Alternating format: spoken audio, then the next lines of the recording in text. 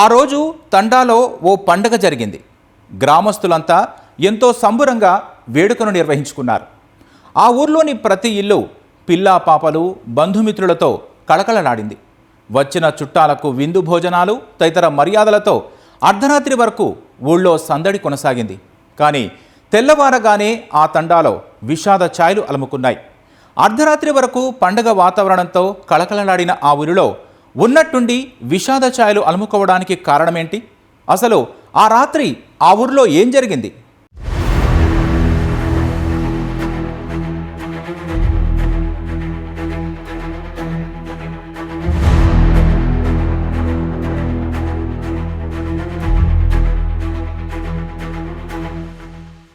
నిజామాబాద్ జిల్లా కొక్యానాయక్ తండాలో శీత్లా పండుగ అంగరంగ వైభవంగా జరిగింది.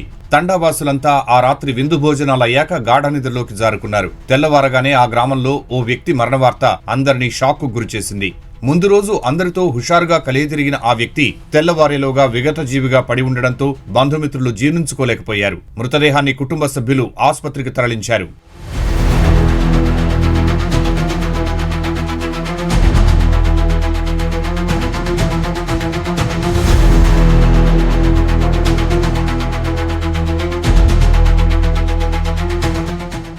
కొక్యానాయక్ తండాలో బానోతు హరి అనే వ్యక్తి కుటుంబం అందరితో పాటుగా శీత్లా పండుగను ఘనంగా నిర్వహించుకున్నారు. మద్యం సేవించి ఆ రోజు అందరికంటే ముందుగానే నిద్రపోయిన హరి తెల్లారేసరికి విగతజీవిగా మారాడు.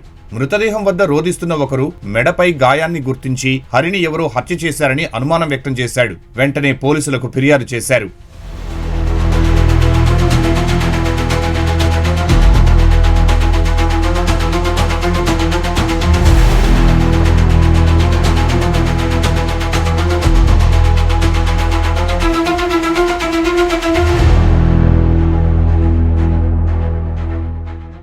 సాధారణంగానే హరి మద్యం ఎక్కువగా తాగేవాడు. ఆ మత్తులో కుటుంబ సభ్యులతో గొడవ పడేవాడు. శీత్లా పండుగ జరిగిన రోజు కూడా మత్తులో అతను ఇంట్లో గొడవ పడ్డాడు. ఆ తర్వాత నిద్రలోకి జారుకున్న హరి తెల్లారేసరికి చనిపోయాడు. మృతదేహంపై ఉన్న గాయాలతో కుటుంబ సభ్యులే అతన్ని చంపారని గ్రామస్తులు అనుమానం వ్యక్తం చేశారు. దీంతో హరి భార్య మీరాబాయి, కుమారుడు సురేష్లతో పాటు మిగిలిన కుటుంబ సభ్యులను పోలీసులు అదుపులోకి తీసుకుని విచారించారు. దీంతో హత్య గుట్టు బయటపడింది.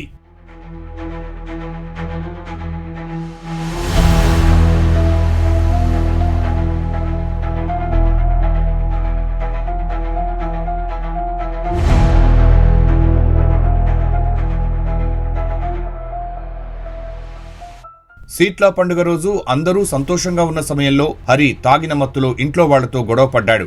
అప్పటికే అతని చేష్టలతో విసిగిపోయిన కుటుంబ సభ్యులు పండుగ రోజు కూడా ఇంట్లో గందరగోళం సృష్టించడంతో హరిపై కోపంతో ఊగిపోయారు. ఎలాగైనా అతన్ని చంపాలని పథకం వేశారు. తాగిన మత్తులో గాఢ నిద్రలోకి జారుకోగానే అందరూ కలిసి గొంతు నులిమి హత్య చేశారు.